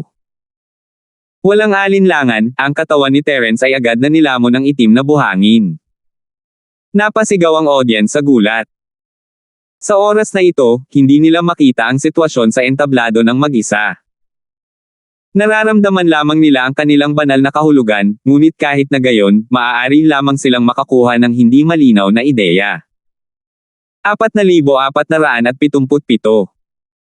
Kahit na ang itim na buhangin na nilikha ni Wabaw ay hindi maaaring ganap na hadlangan ang banal na kahulugan tulad ng Sea Fog at Miasma Fog, maaari pa rin itong magkaroon ng katulad na epekto. Ang paghihiwalay ng espiritual na kahulugan ng isang tao ay isang labis na pinalaking bagay para sa mga ordinaryong magsasaka. Ang karamihan sa mga tao ay hindi makakaabot ng ganoong taas kahit na ginugol nila ang kanilang buong buhay. Nangangailangan ito ng napakataas na talento sa espiritual na kahulugan, at kasabay nito, kasama ng walang katapusang pagsusumikap at paglilinang, upang magkaroon ng kaunting pagkakataong magawa ito. Napabuntong hininga ang lahat. Ang Wabaw na ito na biglang lumitaw ay hindi kilala at walang reputasyon. Hindi nila inaasahan na ganoon pala siya kagaling. Si Terence ay hindi basta-basta sumuko sa itim na usok at buhangin, hindi ito ang kanyang estilo. Mahirap makita ang lahat sa paligid niya gamit ang kanyang espiritu, ngunit sa matalas na pandaman ni Terence at ang Jade, naramdaman niya ang potensyal na panganib ng maaga. Sa sandaling natabunan siya ng itim na buhangin, agad na nagdesisyon si Terence. Ang layunin ng itim na gas ay malamang na hadlangan ang pangunawa at banal na kahulugan, kaya hindi ito dapat maging labis na banta sa sarili nito. Ang totoong nakamamatay na bagay ay ang buhangin na nakatago dito. Sa makatuwid, kahit na mukhang lubhang mapanganib, hanggat maiiwasan niya ang marahas na agos ng buhangin na nakatago sa itim na gas, dapat niyang basagin ang marahas na buhangin na libong paputok na kamao ng kalaban. Siyempre, madaling sabihin, ngunit ang talagang gawin ay kasing hirap ng pag-akyat sa langit. Ito ay dahil ang marahas na agos ng buhangin na nakatago sa itim na gas ay hindi lamang isa o dalawa, ngunit daan-daan o kahit libo-libo sa kanila. Bukod dito, sila ay napakabilis. Ito ay mas madaling sabihin kaysa gawin upang ganap na maiwasan ang mga ito sa ilalim ng premise na ang pangunawa ng banal na kahulugan ay hinaranggan. Kahit na nasa kanya ang Jade Pendant, hindi iyon magagawa, dahil may panganib sa paligid niya. Gayunpaman, dahil siya ay nakulong sa itim na buhangin, si Terence ay hindi makapaghintay ng kamatayan. Gaano man kaliit ang pagkakataon, kailangan niyang subukan. Gamit ang mga butterfly microsteps ng buong lakas, ang figure ni Terence ay kumikislap pabalik-balik sa ilalim ng itim na belo, tulad ng isang multo, na lumilipad ng mali-mali. Hindi ka pa rin sumusuko. Tapos paglalaroan kita. Ang malamig na tawa ni Wabaw ay partikular na nakakatatangi sa itim na usok at buhangin. Bago pa niya matapos ang kanyang pangungusap, ang daan-daang umiikot na agos ng buhangin ay agad na humampas kay Terence mula sa lahat ng direksyon. Lalong tumili ang tunog ng buhangin na nabasag sa hangin, na nagpapamanhid ng anit. Kung ito ay isang mahiyain na tao, malamang na sila ay halos mamatay sa takot, pabayaan ang pag-iwas at pagtakbo sa itim na buhangin. Gayunpaman, si Terence ay kalmado at tahimik pa rin. Sa pagharap sa daan-daang marahas na agos ng buhangin, ang mga normal na tao ay magpapanik at hindi alam kung ano ang gagawin, ngunit ang katawan ni Terence ay kumikislap at lumiliko sa gitna. Ang marahas na agos ng buhangin ay nagmumula sa lahat ng direksyon, at wala man lang puwang, ngunit ginamit ni Terence ang kanyang maliksi na paggalaw upang pigain ang isang puwang at matagumpay na maiwasan ang unang round ng pagkubkob. Sa pagkakataong ito, si Wabaw, na sa orihinal ay medyo absent-minded, sa pag-aakalang naglalaro siya ng pas ang naglalaro ng daga, ay talagang nabigla. Ang marahas na 1,000 Explosion Fist ay ang pinakamalakas niyang trump card. Dati, kapag ginamit niya ito, siguradong madali nitong mapapatay ang kalaban. Kahit na nakaharap sa isang orihinal na kalaban sa yugto ng sanggol, ito ay 100 beses na mas epektibo. Hindi niya inaasahan na makakatagpo siya ng ganoong kabiguan kapag nakikipag-ugnayan sa isang intermediate golden core cultivator lang. Hindi katakataka na ang batang ito ay nagawang pilayin ang matandang Kong, isang peak early nascent soul stage master. Mukhang may kakayahan siya. Gayunpaman, malayo pa rin siya doon. Ang tatsulok na mata ni Wabaw na Yin Yang ay puno ng layuning pumatay. Tinakpin ng itim na gas ang lugar na kaya niyang kontrolin ng kanyang isip. Mabilis na umikot ang agos ng buhangin sa katawan ni Terence, na bumubuo ng malaking buhangin na whirlpool. Nasa gitna mismo ng whirlpool si Terence, hindi makakilos o umatras. Si Terence ay may masamang pakiramdam tungkol dito kahit na hindi nahawakan ang buhangin, alam niya na ito ay lubhang mapanganib. Hindi ito kasing simple ng karaniwang buhangin. Hanggat ang anumang bagay ay umabot sa matinding bilis nito, kahit isang maliit na butil ng buhangin ay madaling pumatay ng mga tao. Ganito ang kaso sa pamimitis ng mga dahon at lumilipad na bulaklak, lalo pa ang magulong sand whirlpool. Sa sitwasyong ito, gaano man kaliksi si Terence, hindi siya makalusot sa puyo ng tubig nang hindi nasaktan. Bago umatake ang kalaban, ang pinakamahusay na paraan para harapin ito ay ang pilitin siyang lumabas. Walang puwang para sa pag-aalinlangan sa panahong tulad nito, alam na alam ito ni Terence. Ini-channel niya ang kanyang chi at naglabas ng mabangis na apoy sa ika-30 estilo ng 8 trigram palm. Iyon ang pinakamakapangyarihang kakayahan niya sa sandaling ito, at kung makakawala siya sa pagkulong na ito o hindi nakasalalay dito. Boom! Ang mga tao sa labas ng arena ay nakarinig na lamang ng biglaang pagsabog. Kung ano ang eksaktong nangyari sa entablado, hindi nila ito malinaw na maramdaman. Naiangat lang nila ang kanilang mga ulo at nagtitinginan sa isa't isa sa pag-asa. Sa itim na chi at buhangin, biglang nagbago ang mukha ni Wabaw. Binasag talaga ng batang ito ang kanyang sand vortex. Sa sandaling iyon, kahit si Wabaw ay hindi maiwasang tumingin kay Terence sa isang bagong liwanag. Ang pag-iwas at pag-iwas kanina ay masasabing isang daya, ngunit sa pagkakataong ito ay ganap na isang banggaan. Kahit na ang mga peak early nascent soul practitioner ay hindi magkakaroon ng ganoong nakakagulat na mapanirang kapangyarihan. Ang Terence Ford na ito na lumabas ng wala saan ay talagang hindi maliit na bagay. Nakahinga ng maluwag si Terence nang buksan niya ang daan gamit ang kanyang palad. Mabilis siyang umatras. Kung hindi man ito gumana, talagang nasa panganib siya ngayon. Gamit ang ultimate trump card ni Terence, gaano man kalakas ang kanyang kalaban, basta't bibigyan siya ng sapat na oras para maningil, siya pa rin ang tumatawa sa huli. Gayunpaman, sa oras na ito, ang malamig na sigaw ni Wabaw ay biglang nagmula sa malayo. Sumabog! Tumindig ang balahibo ni Terence nang mapagtanto niya na ang pangalan ng hakbang na ito ay hindi marahas na Sand Fist, ngunit marahas na 1,000 Explosion Fist. Ang lahat ay isang foreshadow lamang ang salitang, pagsabog, ang susi, at doon talaga ito nakamamatay. Sa kasamaang palad, huli na ang lahat para magising siya ngayon. Boom! Boom! Boom! Boom! Agad na umalangaw-ngaw ang sunod-sunod na malalakas na putok, tulad ng makakapal na paputok, sa buong square ng muleng. Nagulat ang lahat sa plaza at takot na tumingin sa entablado.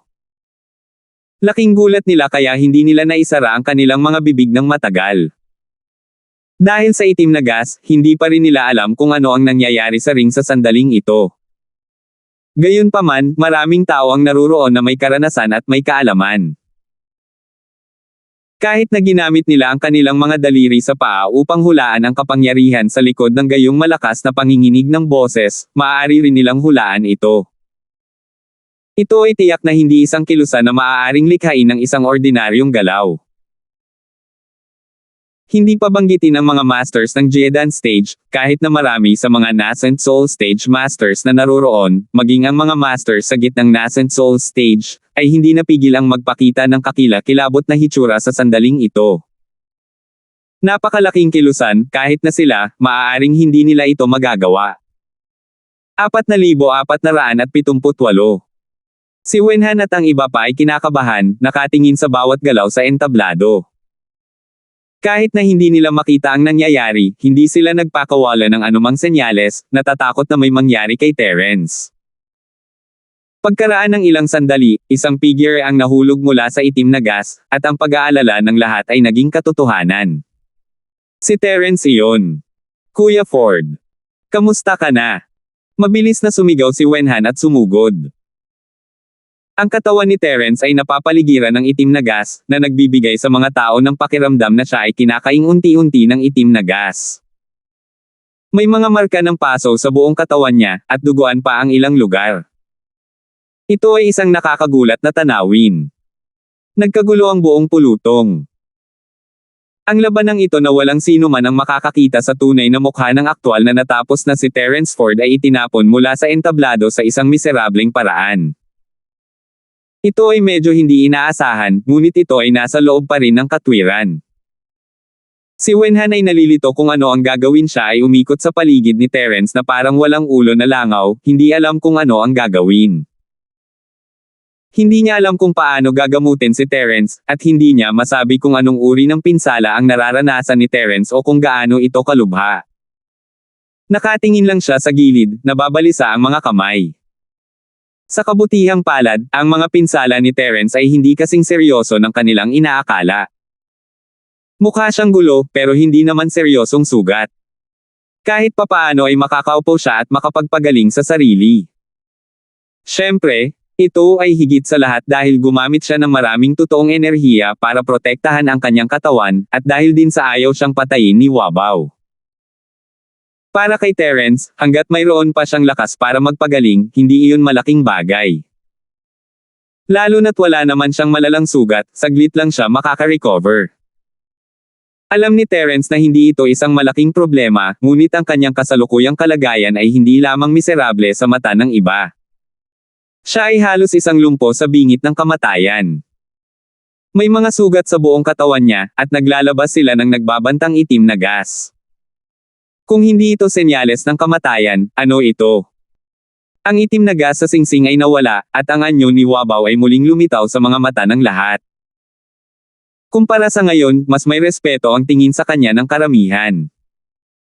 Ito ang paggamot na dapat matanggap ng isang malakas na tao. Inaanunsyo ko na ang Dragon Boat Escort ay nanalo. Maaari mong ipagpatuloy ang paghamon sa iyong susunod na kalaban.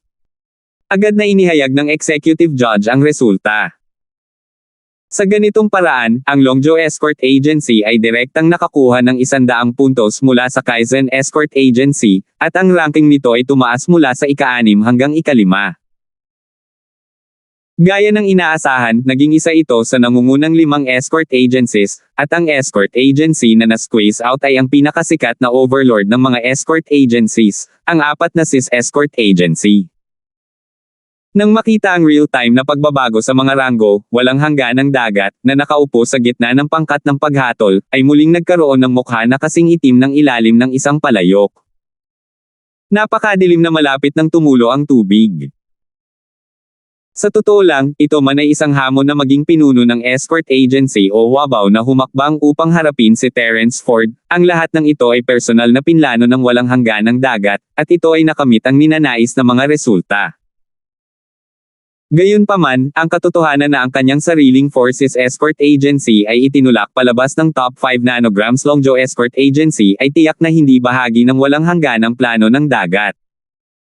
Sa simula, pinlano niya na ang 4 na SIS Escort Agency ay pumangalawa pagkatapos ng ika-5 round ng escort tournament. Sa kasamaang palad, ang mga bagay ay hindi naaayon sa kanyang kagustuhan. Ang biglaang pag-usbong ng Xuanying Escort Agency ay nagpabulabog sa kanyang plano. Hindi lamang siya nabigo sa pagraranggo sa pangalawa, ngunit nahulog din siya sa ika-5 pwesto. Ngayon, nakagawa pa nga siya ng ganoong pagkakamali. Ang pinuno ng ahensya ng escort ay talagang napisil sa nangungunang 5. Sa pagtingin sa awkward na ranking na ito sa point leaderboard, pakiramdam ng walang hangganang dagat na parang nabasag ang kanyang mukha. Hindi na siya makakalabas at makakatagpo muli ng sinuman. Ngunit ngayon na ang mga bagay ay dumating sa ganito, huli na para sa walang hangganang dagat upang ikinalulungkot ito. Kakasimula pa lang ng show. Hanggat sinunod niya ang kanyang plano, malaki pa rin ang tsansa ng 4 na SIS Escort Agency na makabalik. Ang walang hangganang dagat ay maaari lamang ibaon ang kanyang ulo tulad ng isang ostrich, na patuloy na inaaliw ang kanyang sarili. Sa ngayon, pansamantala lang siyang natatapakan kaya hindi maiiwasan ang kaunting awkwardness. Gayunpaman, ang tumawa hanggang sa huli ay ang tunay na nagwagi. Sa sandaling ito, maliban kay Wenhan at sa iba pang nakapaligid kay Terence, ang mga mata ng lahat ay nakatuon kay Wabaw. Isang tanong lang ang gusto nilang malaman, sino ang susunod nilang hahamunin? Ang 12 escort agencies sa listahan ay nataranto lahat, lalo na iyong mga high-level Golden Core Stage Cultivator na ang mga pangalan ay nasa listahan. Natakot sila na si Wabaw ang susunod na banggitin ang pangalan ng kanilang ahensya. Ang pagkawala ng mga puntos ay hindi isang malaking bagay, ngunit sila ay natatakot na mawala ng kanilang mga buhay. Ang kalaban na napagdesisyonan kung hamanin ay Kaizen Escort pa rin. Ngumisi si Wabaw mula sa arena. Sa sandaling sabihin ang mga salitang ito, ang buong lugar ay muling nagkagulo. Minsan na silang nanalo, ngunit hindi pa rin sila nakontento. Gusto talaga nilang magpatuloy sa mga hamon. Hindi ba halata na sinusubukan nilang sirain ang ahensya ng bodyguard ng Kaizen? Dati, akala ng lahat ay nasa limelight ang ahensya ng bodyguard ng Kaizen, lalo na ang mga kapareho nila ng industriya. Puno ng inggit at selos ang kanilang mga mukha na hindi may tatago. Gayunpaman, pagkatapos marinig ang mga salita ni Wabaw, ang inggit at selos ay agad na nawala. Sa halip, tumingin sila sa ahensya ng bodyguard ng Kaizen na may kaunting simpatiya. Sa harap ng Wabaw at ng Longzhou Escort Agency, ang Kaizen Escort Agency ay hindi isang dark horse, ngunit isang piraso ng matabang karne na tumutulo ng langis. Sa hitsura nito, hindi sila susuko hanggat wala silang isang piraso ng karne sa kanilang mga bibig. Kakasimula pa lang ng kapigatian ng ahensya ng bodyguard ng Kaizen. Gayunpaman, ang Kaizen Escort Agency ang siyang pinahirapan pa rin. Wala itong kinalaman sa iba pang naroroon. Masaya silang panoorin ang 2 escort agencies mula sa Black Sea na naglalaban hanggang mamatay. Maraming tao ang natuwa sa kanilang kasawian. Nakatingin sa kanya ang ibang judges na parang nanunood ng magandang palabas. Ang walang hangganang dagat, sa partikular, ay malamig na tumatawa. Hindi maiwasan ni Mingyua na makaramdam ng pagkabalisa. Ngayon na si Terence Ford ay malubhang nasugatan, tiyak na hindi na niya maipagpatuloy ang pakikipaglaban. Ang tanging Golden Core Stage na mas mataas sa Kaizen Bodyguard Agency ay si Wenhan. Gayunpaman, kahit si Terence Ford ay hindi kaparehan ni Wabaw, lalo pa ang sarili niyang anak, si Chi Wenhan. Hindi ba ito ang naghatid sa kanyang kamatayan? Escort Leader Hai, you've racked your brains to come up with such a unfair challenge.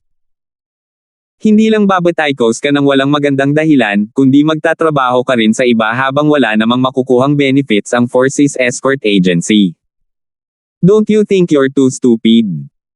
Malamig na tiningnan ni Mingyuan ang walang hangganang dagat. Kahit na ang isang tao na gawa sa putik ay magkakaroon ng kaunting galit, lalo pa si Mingyuan, isang kakilakilabot na karakter.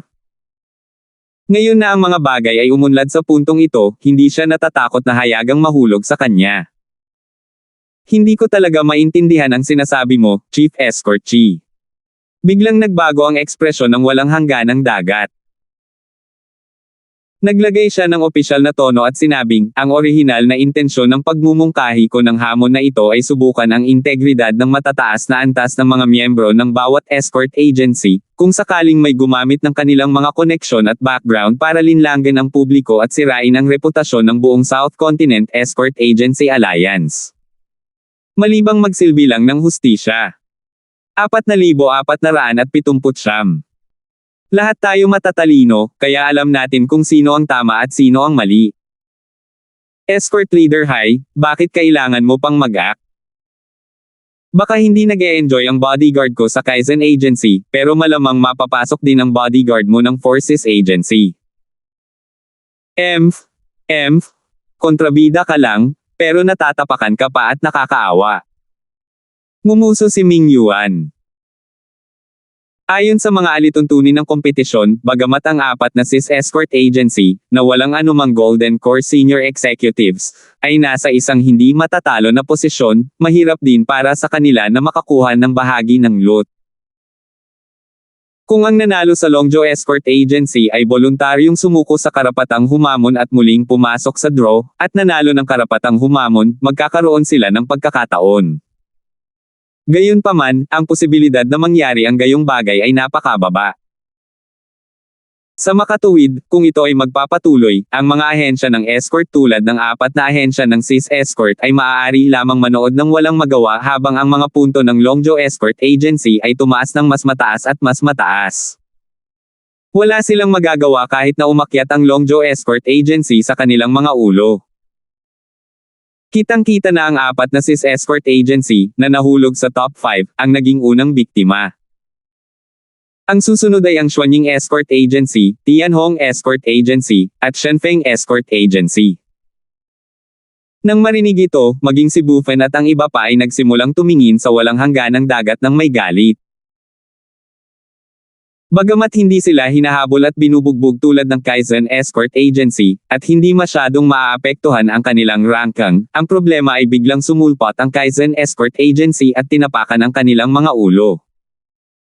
Ito ay isang bagay, ngunit ngayon kahit na ang Longzhou Escort Agency ay umaapaw sa kanilang mga ulo. Sino ang makatiis nito?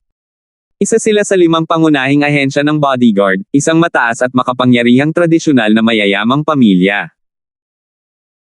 Paano nila matitiis ang mga ganitong grassroots bodyguard agencies na walang background na tumutuntong sa kanilang mga ulo?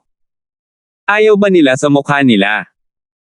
Biglang napagtanto ng lahat na ang walang hangganang dagat ay hindi lang binaril ang sarili sa paa.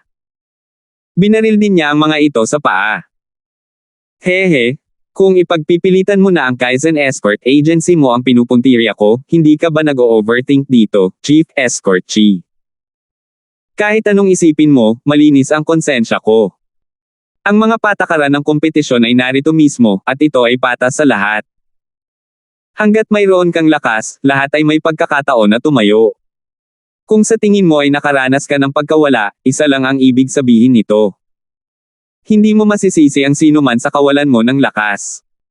Ang walang hangganang dagat ay matuwid pa rin gaya ng dati. Dahil ang Escort Leader Hai ay napakamatigas ang ulo, kaya wala akong masabi. Isang salita ng payo, ang hustisya ay nasa puso ng mga tao, at ang isang payaso ay walang makakamit. Binigyan ni Ming Yuan ng malalim na tingin ang walang hangganang dagat, ngunit hindi na nagsalita pa. Ibabalik ko ang pangungusap na ito sa iyong ahensya ng bodyguard ng Kaizen. Ito ay panandaliang pangyayari. Sa tingin ko ito ay angkop. Malamig na tumawa ang walang hangganang dagat. Nang makita sina Ming Yuan, Bufen, at ang iba pa na di-friendly na mga ekspresyon, nawala ang kadiliman ng walang hangganang dagat. Hindi niya maiwasang mapang-isi sa kanyang puso. Isang grupo ng mga mangmang. Sa tingin mo ba ang Longzhou Escort ang huling tatawa? Sa tingin mo ba wala na talaga ako sa isip ko? Sa pamamagitan ng kahinaan ng Longzhou Escort sa kanyang mga kamay, ang walang hangganang dagat ay hindi natatakot sa kanila na tumaas ang kanilang mga puntos. Hindi mahalaga kung gaano karaming mga puntos ang mayroon sila. Kung ilalabas nila ang bombang ito, mawawala ng lahat ng kwalipikasyon ang Longzhou Escort. Hindi naman sila magiging banta. Gayunpaman, ang kanyang ahensya ng Forces Escort ay kasalukuyang nasa ika-6 na pwesto. Kahit na ang Kaizen Escort Agency at Longzhou Escort Agency ay parehong tinanggal, sila ay babalik sa ika-4 na pwesto. Sasamantalahin pa rin ng ibang escort agencies ang sitwasyon. Bago iyon, kailangan niyang mag-isip ng magandang plano. Siya, walang hangganang dagat, ay hindi gagawa ng isang bagay na kasing tanga ng pagbibigay sa iba ng damit pangkasal ng walang bayad. Uncle Song, ipapaubaya ko sa iyo ang bodyguard agency. Aakyat ako at sasalubungin itong si Wabaw. Malamig ang ekspresyon ni Wenhan. Matapos ituro ang kanta ni Butler ay agad siyang naghanda para umakyat sa stage para makipaglaban. Ngayong nasugatan si Terence at hindi na makapunta, siya na lang ang natitira. Kung hindi siya pupunta, sino ang pupunta? Kaya sa pagkakataong ito, si Ming Yuan, na nakaupo sa judging team, o si Butler Song, na nasa tabi niya, ay walang balak na pigilan siya. Kahit alam nilang delikado, kahit na mabugbog sila hanggang mamatay, kailangan nilang umalis. Ang mga tao ng ahensya ng bodyguard ng Kaizen ay hindi kailanman naging duwag, hindi pa banggitin na si Wenhan ang young master. Handa nang mamatay si Wenhan habang siya ay naglalakad patungo sa entablado ng may determinasyon. Akmang aakyat na siya sa entablado, ang boses ni Terence ay nagmula sa kanyang likuran, "Brother Chi, please wait." Kuya Ford. Tuwang-tuwa si Wenhan. Huminto siya sa kanyang kinatatayuan at bumaling kay Terence na may pag-aalala, "Brother Ford, how are your injuries? Are you okay?" "Ayos lang ako, walang seryoso." Ngumisi si Terence. Pagkatapos ng paggamot sa Chi, halos gumaling na ang mga sugat ni Wabaw, at malapit nang maalis ang mga ito. Mabuti yan, mabuti yon.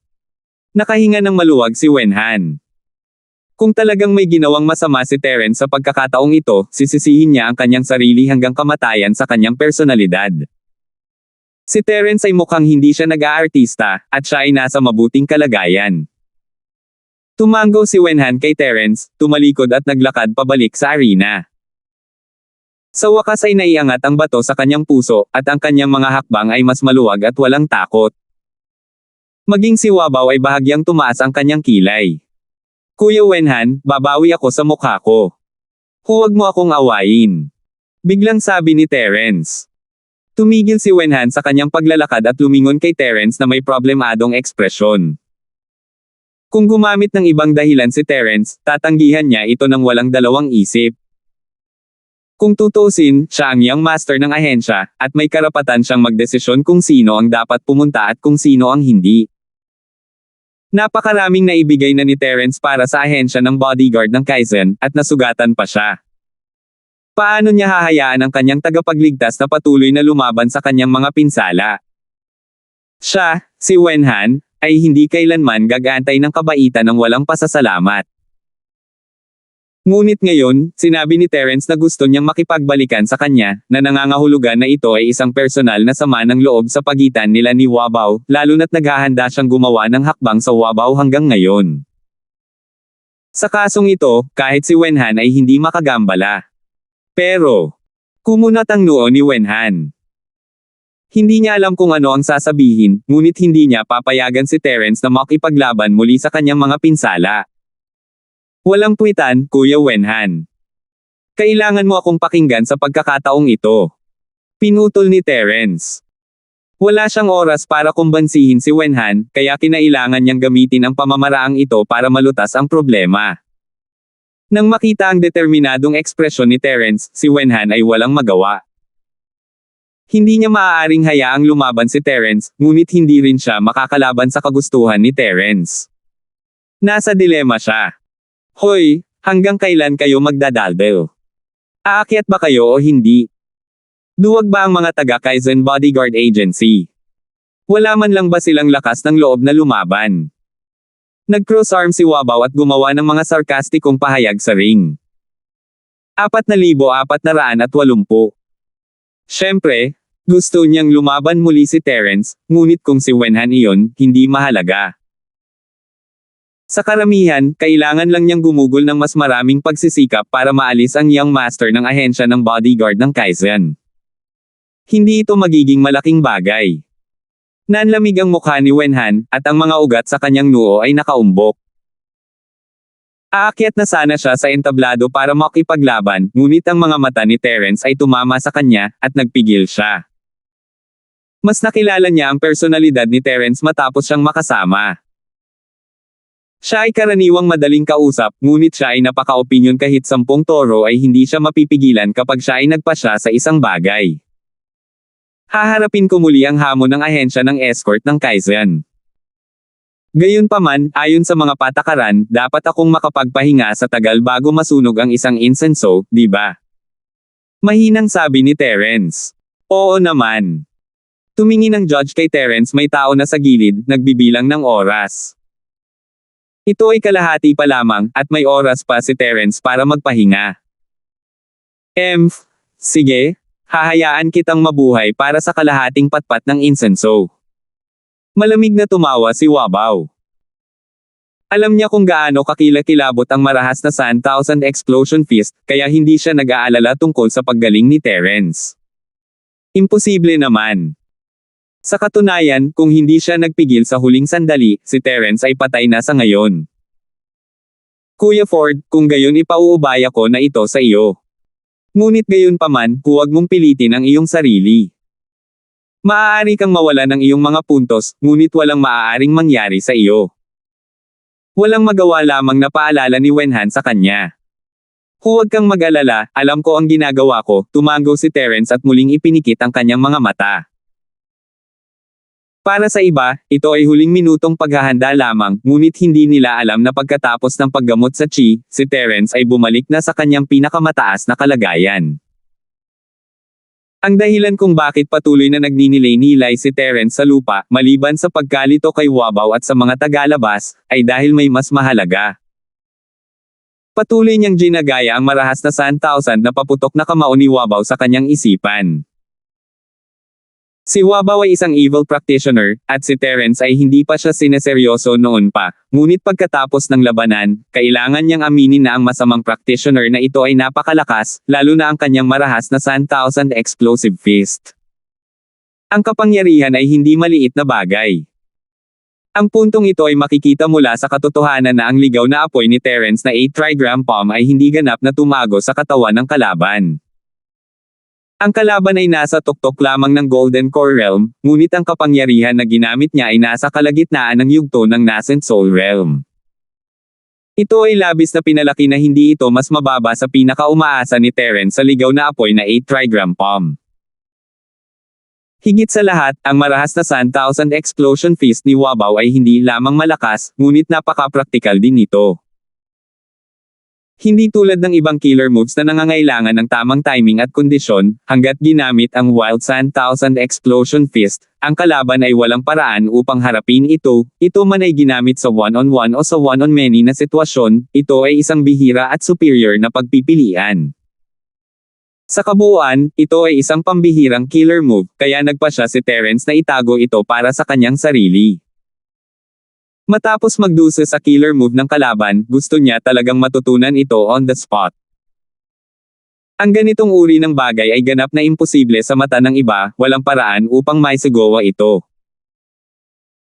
Hindi pa banggitin kung mayroon o wala siyang mga kinakailangan sa katangian upang linangin ang killer move ng kabilang partido, kahit na angkop ang mga kondisyon, paano ito magiging madaling linangin. Ang ibang mga tao ay maaaring makamit lamang ang isang maliit na tagumpay pagkatapos ng mga dekada ng maingat na paglilinang, ngunit nais mong makamit ang tagumpay sa mas mababa sa oras na kinakailangan para masunog ang isang insenso. Paano ito posible? Ito ay hindi tubig sa utak, ito ay isang utak sa tubig. Gayunpaman, hindi makatotohanang ilagay ito sa ibang tao, ngunit ibang kwento kung ito ay kay Terence, na mayroong 5 elemento at 7 katangian, at lahat ng mga ito ay tunay na pinagmulan ng espiritu. Ano man ang galaw ng kanyang kalaban, magagamit ni Terence ang mga kasanayan na alam na niya, kasama ang natatanging paraan ng kalaban sa pag-activate sa kanila. Maaari niyang dahan-daang paghihinuha at pagsamahin ang mga ito, at pagkatapos na maging pamilyar sa kanila, maaari niyang tunay na gamitin ang mga ito bilang kanyang sarili. Marami na siyang nagawa noon, at ang nagngangalit na impyernong Bagua Palm ay isang halimbawa. Upang mabilis na mag-level up, ang isa ay kailangang maglakad sa dalawang paa. Leveling up ay isang bagay, ngunit ang kanyang mga kasanayan ay kailangang mag-evolve din. Si Terence ay bihasa dito. Siyempre, ang kombinasyon ng anumang martial skill ay napakakomplikado at mahirap gawin. Kung mas malakas ang martial skill, mas mahirap itong hulaan. Kahit na sa mayamang karanasan ni Terence, marami siyang dapat gawin kapag kaharap ang marahas na 1,000 explosive fist ni Wabaw. Paulit-ulit, ang isip ni Terence ay parang isang pelikula, nire-replay ang sitwasyon sa entablado, unti-unting pinaghiwalay ang marahas na buhangin libong paputok na kamao, pinagsama ito sa sarili niyang pangunawa, at pinagsama-sama ito. Kung pinahihintulutan ito ng mga kondisyon, ang pinakamahusay na paraan ay subukan ito sa mismong lugar pagkatapos maibawas ito sa kanyang isip ng ilang sandali. Saka lang niya malalaman kung successful ang deduction niya at kung saan ang problema. Ngunit sa napakaraming mga mata sa kanya, walang kakayahan si Terence na gawin iyon. Naisasagawa lamang niya ito sa kanyang isipan at gamitin ang kanyang karanasan upang matukoy kung ito ay matagumpay o hindi. Ito ay talagang mahirap na kasanayan, hindi isang bagay na kayang gawin ng mga normal na tao. Sa huli, pagkatapos ng hindi mabilang na beses ng pagsasanay, ang marahas na buhangin na libong paputok na kamao ay matagumpay na muling natipon sa isip ni Terence. Gayunpaman, iba na ang hitsura nito ngayon. Kapag ginamit niya ito, magiging ibang-iba ito sa orihinal na marahas na 1,000 explosive fist ni Wabaw. Ito ay isang bagay na hindi maaaring makatulong. Hanggang ngayon, hindi pa rin lubos na makumpirma ni Terence kung ang itim na chi sa katawan ni Wabaw ay isang espesyal na katangian ng isang masamang practitioner o ilang napakabihirang espiritual na katangiang ugat. Kaya kahit na sa kanyang 5 elemento at 7 katangian, hindi niya ganap na gayahin ang itim na chi. Hindi nagtagal ang oras para masunog ang isang insenso, at sa pagbagsak ng huling piraso ng abo, muling bumangon ang espiritu ng lahat. Bagamat 99% sa kanila ay nag-isip na siguradong patay na si Terence, mayroon pa ring kakaibang kasabikan sa panunood ng buhay at kamatayang labanan na tulad nito, at hindi nila ito mapigilan. Tumingin si Wabaw kay Terence mula sa gilid ng kanyang mga mata at kukutsain sana siya, ngunit tumayo si Terence at umakyat sa stage. At least alam mo ang lugar mo. Tumingin si Wabaw kay Terence, na nakatayo sa di kalayuan sa kanya, at malamig na tumawa. Brat, sinadya kong nagpipigil ngayon lang, pinayagan kang makatakas. Ngayon, dapat ay napagtanto mo ang pagkakaiba ng lakas sa pagitan mo at sa akin, hindi ba? Sasabihin ko ito sa huling pagkakataon. Sabihin mo sa akin ang maliit na pandaraya na iyon at ililigtas ko ang iyong buhay. Salamat po at sinamahan ninyo ako. Ingat lagi mga master.